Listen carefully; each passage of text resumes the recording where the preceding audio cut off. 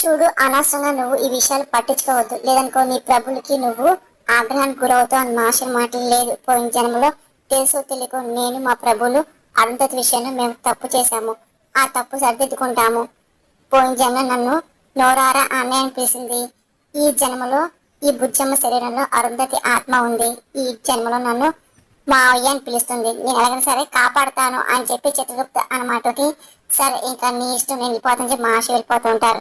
ఇంకా చిత్రగుప్త ఆలోచన పడుతూ ఉంటారు. ఎలాగైనా సరే బుజ్జమ్మ కాపాడని చెప్పి అనుకుంటూ ఉంటారు. నేను ఆ బాలని కాపాడాకే నేను ఇక్కడ నుండి వెళ్తాను అని చెప్పి చిత్రగుప్త అనుకుంటూ ఇంకా అలాగే ఆలోచిస్తూ ఉంటాడు. ఇంకా అలాగే కూర్చుంటాడు. అమర్ ఫోన్ చేసి తన రూమ్ వస్తాడు. భార్య హడాహడిగా వంట వెళ్తుంటే తన కూడా రూమ్ లోకి వెళ్తుంటది. గుహ ఎదురు చూసుకోకుండా తల దిగొట్టుకుంటూ ఉంటారు. అబ్బా అని చెప్పి అమర్ తలపట్టుకుంటాడు. అలాగే భార్య తల పట్టుకుంటది. ఏ లూజ్, నీకు కళ్ళు కంపట్లేదు అమర్ మాటలకి ఒకసారి భార్య షాక్ అయి నవ్వుకుంటది. మీరు ఏమన్నారు చెప్పండి అని భార్య అనగానే ఏమన్నా కళ్ళు కంపట్లేదా అని అన్నాను అని చెప్పి అమర్ లేదు లేదు అంత ముందు ఏమన్నా చెప్పండి అని చెప్పి అడుగుతుంటారు. ఆ లూజ్ అన్న అయితే ఏంటంట అని చెప్పి అమర్ మాటకి భార్య నవ్వుతూ ఉంటుంది. ఒకసారి ఉండండి ఇక్కడే వచ్చేస్తా అని చెప్పి భార్య కంగారుగా దేవుడి గదిలోకి వెళ్ళి దండం పెట్టుకుంటుంది. దేవుడు నువ్వు ఉన్నావు అని చెప్పి ఇప్పుడే బిల్డింగ్ లో గతం గుర్తొస్తున్నట్టు ఉంది, నేను గుర్తొచ్చానని చెప్పి అనుకుంటూ ఆయన వెడ్డింగ్ లో పెట్టాను, మళ్ళీ వస్తాను అని చెప్పి బాగి అనుకుంటూ నవ్వుకుంటూ వెళ్ళిపోతూ ఉంటుంది.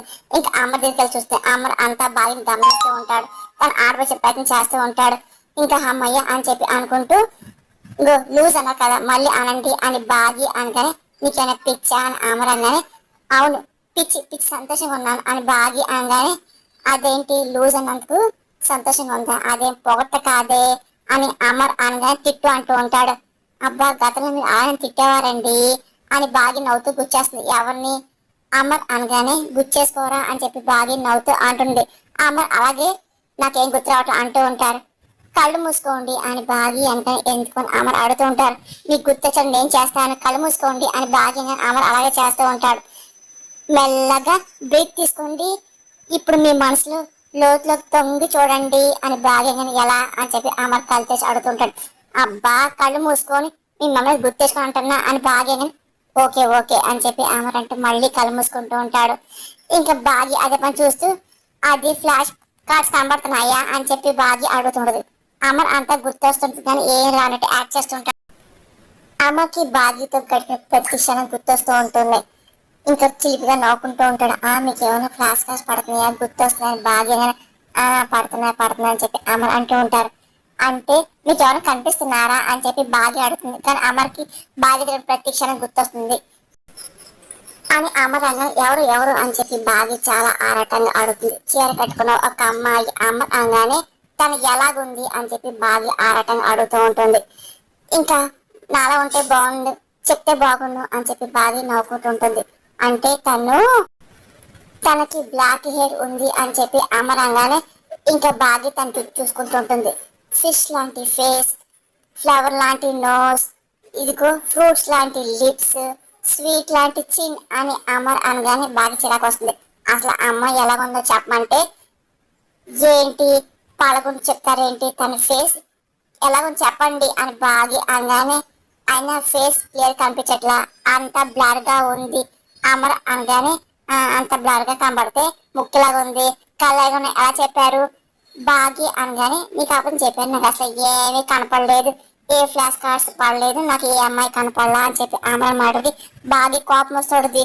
మీకు కథను గుర్తొక సరిపోయింది లేదంటేనా బాగి అనగానే లేదంటే ఏంటా ఏం చేసేదానివి అమర్ అనగానే అంటే ట్యూబ్లైట్ ట్యూబ్లైట్ అని చెప్పేసి బాగి అనగానే ఏంటి నేను ట్యూబ్లైటా అని చెప్పి అమర్ అనగానే అవును ఇంకా చెప్పాలంటే నువ్వు ఇంకా జీరో బల్బు అని చెప్పి బాగా ప్రెస్టేషన్ చూపిస్తుంటది. ఏంటి నేను జీరో బల్బు ట్యూబ్లైట్ అమర్ అంటూ ఉంటాడు. అప్పుడే ఇంకా మనోహరి యాదమ్మ బయటికి వెళ్ళి వస్తూ ఉంటారు. అలాగే బాగి అలాగే అమర్ తిట్టుకోవడం అలాగే కోపంగా అరుచుకోవడం చూస్తూ ఉంటారు. ఇదేంటి చూసావా బాగి ఎంత తెగించిందో, డైరెక్ట్ గా బాగి సరసాలే ఆడుతుంది చూడు అని చెప్పి యాదం అంటాడు. అది కూడా హాల్లో అని చెప్పేసి ఇంకా ఇద్దరు తప్పు అనుకుంటుంటారు. దీనికి అసలు ఇది ధైర్యం ఎలాగ వచ్చిందని మనగానే నువ్వు ఇచ్చిన అలసాయిగా అని యాదం అరుస్తూ ఉంటుంది. అమర్ సార్ దగ్గర నువ్వు స్లో స్పీడ్ అయింది యాదం అనగా నాకు అర్థం కావచ్చు చెప్పి మన అనుకోడు. అక్కడ బాగా అదే పని నాన్ స్టాప్ గా అమ్మని తిడతాడు. వాళ్ళేమో ఇద్దరు రొమాన్స్ చేసి చూసి అనుకుంటూ ఊహించుకుంటూ ఉంటారు. నేను ఎంత దూరం పెట్టని చెప్పి అనుకున్నా సరే బాగి అమ్మ అంత దగ్గర అయిపోతుంది.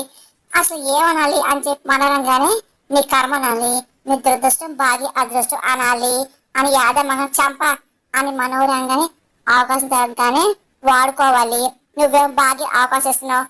పొద్దున్న నేను చెప్తే నువ్వు నమ్మలేదు, నీ కళ్ళతో నువ్వే చూసుకో, చిలక గోరింతలాగా ఎలా ససలాడుకున్నా చూడు అని యాదమ్మ అనగానే అక్కడేమో చిచి నేను ఇతో వాదించి టైం వేస్ట్ చేసుకొని చెప్పి అమ్మ కోపంగా అంటూ ఉంటారు. నాకు కూడా సేమ్ ఫీలింగ్ అని భాగ్యంగానే సరే నేను వెళ్తాను చెప్పి అమర్ అంటూ ఉంటాడు. ఏడగలుగుతారు నా తల ఢీ కొట్టారు, మళ్ళీ ఢీ కొట్టాలిగా, ఒకసారి ఢీ కొట్టుకుంటే కొమ్ములు వస్తాయంట అని బాగి అంటే నీకు ఆల్రెడీ కొమ్ములు ఉన్నాయిగా మళ్ళీ కొమ్ములు వస్తాయి ఏంటి అని అమర్ అనగానే ఏంటి కామెడీ అని భాగ్యంగానే మరి నాకు కొమ్ములు వస్తాయి ప్రాబ్లమే కదా అని చెప్పి అమర్ అంటూ ఇంకా బాగిని ప్రేమగా దగ్గర తీసుకుంటున్నాడు. అదంతా మనల్ని షాక్ అయిపోతుంటారు. ఇదేంటి వీళ్ళు ఎంత ప్రయోజనం అవుతుంది అనుకుంటే చూస్తుంటారు. అమర్ ఇంకా బాగిని ప్రేమగా చూస్తూ మెల్లిగా దగ్గరికి వెళ్ళి తల ఢీ కొడుతూ ఉంటాడు. ఇంకా బాగిని చూసి మనం తట్టుకోలేకపోతూ ఉంటుంది. ఏ మనోహరి చూడు వాళ్ళు తల దిగుతున్నారు, వేడి పాడుకుంటున్నారు నీ కళ ముందే అని యాదమ్ అనగానే నాకు కనపడుతుంది నువ్వేం లైవ్ మళ్ళీ చెప్పగల అని చెప్పి అనగానే యాదమేమో చూడు అసలు నువ్వేం చేయలేకపోతున్నావు నాకు అదే బాధ అని చెప్పి యాదమ్ ఫీల్ అవుతుంటది. అమర్ మాత్రం బాగిని అలాగే ప్రేమగా చూస్తూ ఉంటాడు. బాగా అసలు ఏం అర్థం కాదు, అలాగే ఆయమని చూస్తూ ఉంటుంది. ఇంకా మనోడు తట్టుకోలేక ఓరలే చాలా కోపం చూస్తుంటది. ఇంకా అమర్ ఆ తర్వాత వెళ్ళిపోతూ ఉంటాడు. ఇంకా మనోడు యాదవ్ ఏం తెలియదు పక్కెళ్ళి ఇంకా దాక్కుంటూ ఉంటారు. ఆ తర్వాత అమర్ వెళ్ళిపోతూ ఉంటారు. అసలు ఆయన నాతో మాట్లాడుతున్నప్పుడు ఆయన మాడతీరు అసలు పట్టినప్పుడు ఆ స్పర్శలో అనుభవం చూస్తుంటే నన్ను ఒక కేటగిరీ ట్రీట్ చేయట్లేదే, అసలు ఏదో తేడా కొడుతుంది నాకు అని చెప్పి బాగి అనుకుంటూ డౌట్ గా గమనిస్తూ ఉంటుంది. ఇదిగో చంప ఏదో చెయ్యాలి ఏదో చేయాలి మనోహంగానే ఫ్రిడ్జ్ లో ఫ్రూట్ జ్యూస్ ఉన్నాయి, సలాడ్ ఉన్నాయి తానా అని చెప్పి యాదమ్మంగా ఎందుకని మనోడు అడుగుతుంటది.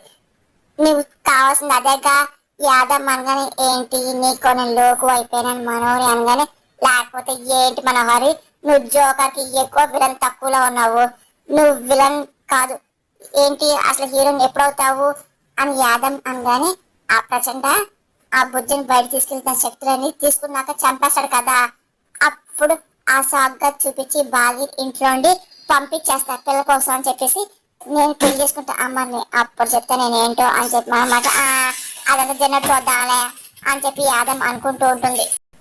రాతో లాక్కొని ఇంకా బాగి పక్క తీసుకెళ్తుంది. ఏంటి మిస్ అమ్మా నన్ను లాక్కొని తీసుకెళ్తాను సాదికి వెళ్ళాలి టైం అవుతుంది అని రాతోనే ఇంకో నేను చెప్పేది ఎప్పుడన్నా నాకు సార్ విషయం అబద్ధం చెప్పావని బాగా చెప్పండి నా చిన్న చిన్న విషయాలు మిషన్ విషయంలో అలా ఎప్పుడైనా లేడికి వచ్చినా అప్పుడే చెప్పింది అంత రాత్రి మాటకి అది కాదు ఆయన గతం గుర్తొచ్చింది కానీ బాగా గుర్తొచ్చింది రాత్రి అనగానే ఆయన గుడికి వెళ్ళి వచ్చినప్పుడు ఆయన ప్రవర్తనలో ఏదో మార్పు ఉంది. ఇందాకే ఇదివట్ల లూజు అన్నారు, ఆయన ప్రేమిస్తున్నా అనిపిస్తుంది నా బాధ బాగి అనగానే సార్ మిమ్మల్ని ప్రేమిస్తే సంతోషించాలి కానీ బాధపాటు ఎనిమిస్తామా అని రాతోడు అనగానే ఆయన ప్రేమించేది బాగిని కాదు కేర్ టేకర్ మిస్తామని అని బాగి అని ఆ రెండు మీరే కదా రాతోడు అనగానే ఆ విషయం నీకు నాకు తెలుసు ఆయన తెలియ కదా కళ్ళ ముందు భార్యను పెట్టుకున్నారు కేర్ టేకర్ లవ్ చేయడం నేను అసలు ఆయన దగ్గర అవుతున్నాడు ఇప్పుడు మిస్ అమ్మ లాగా కేర్ టేకర్ లాగా ఆయన బాగీలాగా నాకు ఎంత బాధగా ఉంటుంది అని బాగా మాట్లాడి వా మిస్ అవ్వం వావ్ ఈ రోజు బాగ్ గురించి ఎంత బాగా చెప్పు కన్సల్ట్ చేయాలి అని రాత్రి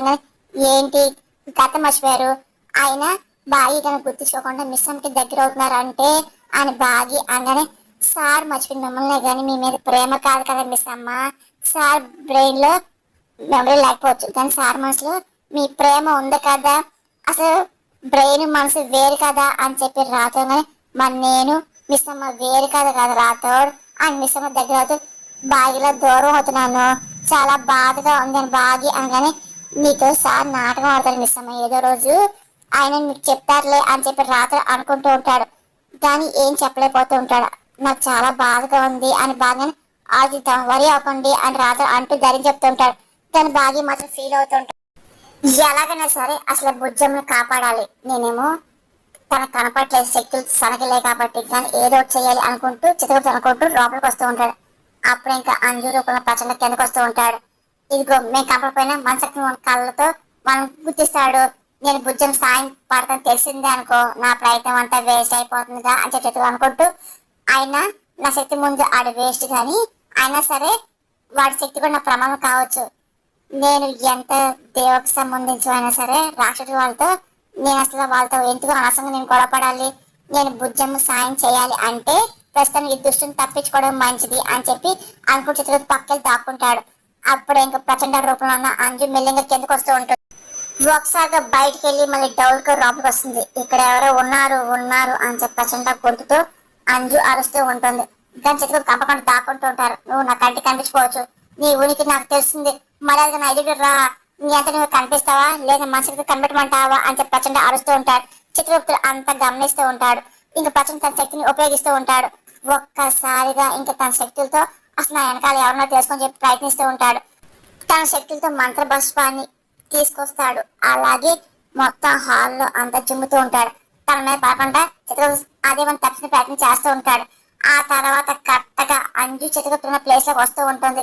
ఇంకా ఒకసారిగా జమ్మపోతుంది. ఏ అంజు అని చెప్పి ఆకాష్ పిలుస్తూ ఉంటాడు.